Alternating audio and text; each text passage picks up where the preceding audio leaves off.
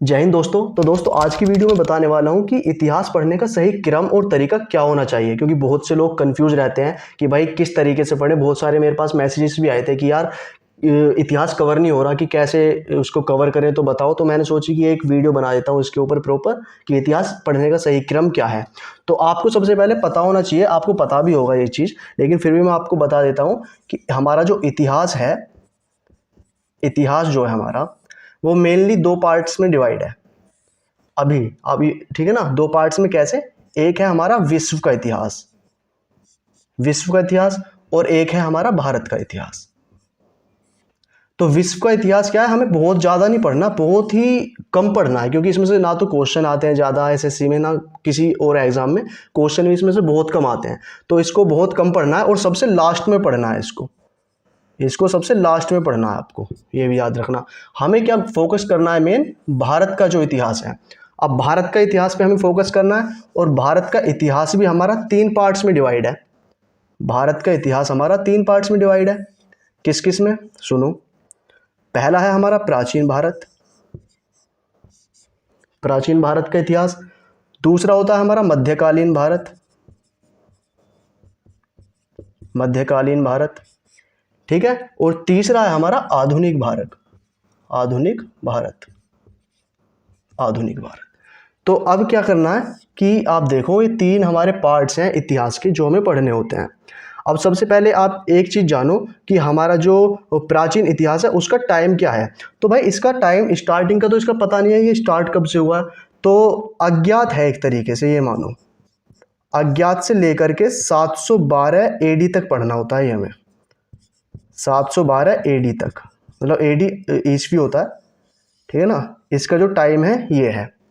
और मध्यकालीन भारत का जो टाइम है आपका, वो है 712 एडी से लेकर के 1707 एडी तक। ये हुआ आपका मध्यकालीन भारत का टाइम। और आधुनिक भारत का जो टाइम है आपका, वो है 1707 से लेकर के अब तक, ठीक है ना। बहुत से लोग इसे 1857 भी बोलते हैं, लेकिन ये जो टाइम है मेन, वो यहीं से माना जाता है 1707 से, ठीक है। तो ये तीन पार्ट्स में डिवाइड हुआ हमारा। इसका टाइम आपको पता चल गया तीनों का। अब मैं आपको इनके थोड़े पार्ट्स के बारे में बता देता हूँ कि आपको इसमें पढ़ना क्या क्या होता है। जैसे प्राचीन भारत है आपका, इसमें आपको क्या क्या पढ़ना होता है। जैसे हड़प्पा हुई, हड़प्पा सभ्यता पढ़नी होती है इसमें आपको, ठीक है ना। वैदिक सभ्यता आपको इसमें पढ़नी होती है, वैदिक सभ्यता। और साथ ही आपको इसमें मगध का जो भी साम्राज्य है, हमारे प्राचीन राजा जो थे, वो पढ़ना है। और मगध में भी आपको दो साम्राज्य मेन हैं, जैसे कि मौर्य साम्राज्य और गुप्त साम्राज्य। ये दो राज्य आपको मेन पढ़ने हैं इसमें, साम्राज्य, ठीक है। अब और एक चीज़ और है इसमें कि इसमें विदेशी आक्रमण और पढ़ना है। विदेशी आक्रमण कौन सा वाला पढ़ना है इसमें? सिकंदर वाला, सिकंदर वाला, ठीक है ना। तो ये हुआ हमारा प्राचीन का भारत, इसमें हमें ये चीज़ें पढ़नी है बस, ठीक है। और अब आता है हमारा मध्यकालीन भारत। तो मध्यकालीन भारत सिर्फ हमें दो पार्ट्स में डिवाइड करके पढ़ना है। एक है हमारी दिल्ली सल्तनत, दिल्ली सल्तनत, और दूसरी है हमारी मुगल, मुगल पढ़ने हैं, मुगल साम्राज्य। बस ये दो पार्ट्स पढ़ने हैं मध्यकालीन भारत में। और जो हमारा तीसरा आधुनिक भारत है, इसमें हमें क्या क्या पढ़ना है? इसमें हमें पढ़ना है अंग्रेजों का काल, अंग्रेजों का काल, अंग्रेजों का काल पढ़ना है इसमें। तो अंग्रेजों के काल में भी हमें क्या क्या पढ़ना है? इसमें भी दो चीज़ें पढ़नी है। जैसे कि हम गुलाम कैसे बने, ठीक है ना। गुलाम हम कैसे बने, कैसे बने गुलाम, कैसे बने गुलाम, ये पढ़ना है, ठीक है। और फिर पढ़ना है कि कैसे आज़ाद हुए, कैसे आज़ाद हुए। 1757 से 1857 तक हम गुलाम बन गए थे अंग्रेजों के, ठीक है ना। इसमें आधुनिक में अंग्रेज पढ़ने हमें मेन। और आज़ाद हम कब से कब तक हमने आज़ादी की लड़ाई लड़ी? तो 1857 से 1947 तक का ये पार्ट पढ़ना है कि हम आज़ाद कैसे हुए। तो ये तीन चीज़ें आपको समझ में आई।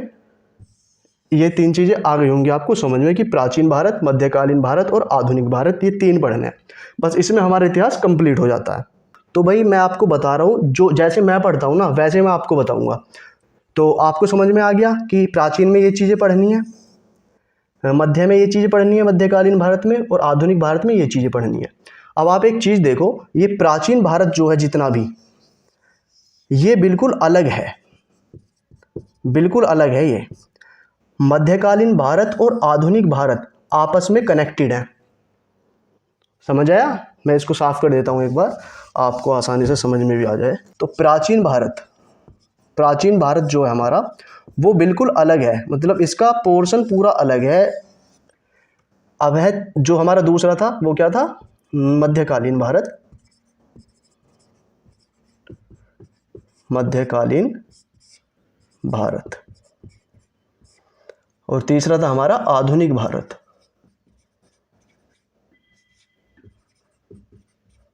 आधुनिक भारत। तो अब आप एक चीज़ देखो, ये मान लिया 3 पार्ट्स हैं, ठीक है। ये प्राचीन भारत को मैं बार बार क्यों बोल रहा हूँ कि सबसे अलग है?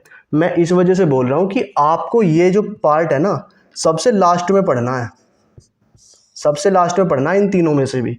मतलब आपको शुरुआत प्राचीन भारत से मत करो आप, क्योंकि ये बिल्कुल अलग है, ये कनेक्टेड ही नहीं है इन दोनों से, ये दोनों आपस में कनेक्टेड हैं। तो इसके बाद ही ये पढ़ा जाएगा। लेकिन अगर आप इसे ना भी पढ़ो तो मध्यकालीन से आप शुरू करो, 700 कितना था, 711 एडी से आप शुरू करो। अब ये लास्ट में क्यों पढ़ने के लिए बोल रहा हूँ मैं?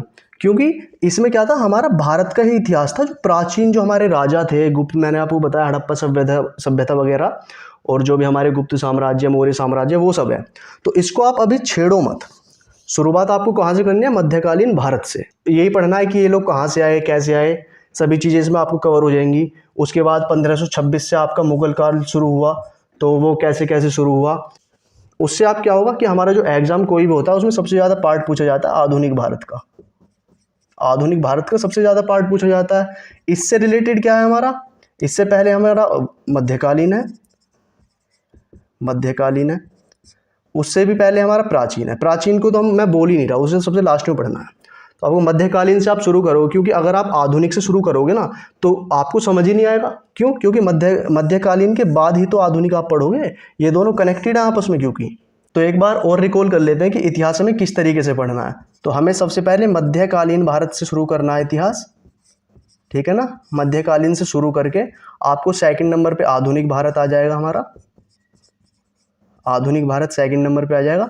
फिर उसके बाद अब आप इन दोनों को पढ़ लोगे ना तो आपको लगेगा यार काफ़ी सारा हमने मटेरियल पढ़ लिया है। सबसे कम क्वेश्चन आते हैं प्राचीन भारत के, क्योंकि और पढ़ना तो ये भी है, लेकिन सबसे आप लास्ट में इसे पढ़िए। सबसे पहले मध्यकालीन भारत, फिर आपका आधुनिक भारत, फिर आपका प्राचीन भारत। और फिर प्राचीन भारत पढ़ने के बाद आप विश्व का भी इतिहास उठाइए थोड़ा, ठीक है ना। विश्व का इतिहास आपको पढ़ना पड़ेगा, क्योंकि भाई क्वेश्चन वहाँ से भी पूछ लिए जाते हैं। विश्व इतिहास में भी आपके कहाँ कहाँ से क्वेश्चन आते हैं? एक तो आते हैं आपके कुछ देशों की क्रांतियाँ हुई हैं, ठीक है ना, क्रांतियाँ पढ़नी है आपको। और कुछ विश्व युद्ध हुए हैं, कुछ क्या 2 ही हुए हैं वैसे तो, विश्व युद्ध पढ़ने हैं। तो ये चीज़ें आपको विश्व इतिहास में भी पढ़नी पड़ेंगी। और मैंने अपना टेलीग्राम का चैनल, वैसे मैंने लिंक डाली हुई है डिस्क्रिप्शन बॉक्स में, आप वहाँ से भी जा सकते हो, वहाँ पे ज्वाइन कर लो, ठीक है ना। क्योंकि आपको नोट्स मिल रहे हैं, डेली नोट्स मैं आपको प्रोवाइड करा रहा हूँ। तो दोस्तों अगर वीडियो हेल्पफुल लगी तो वीडियो को लाइक ज़रूर कर देना और सब्सक्राइब ज़रूर कर लेना चैनल को, ठीक है ना।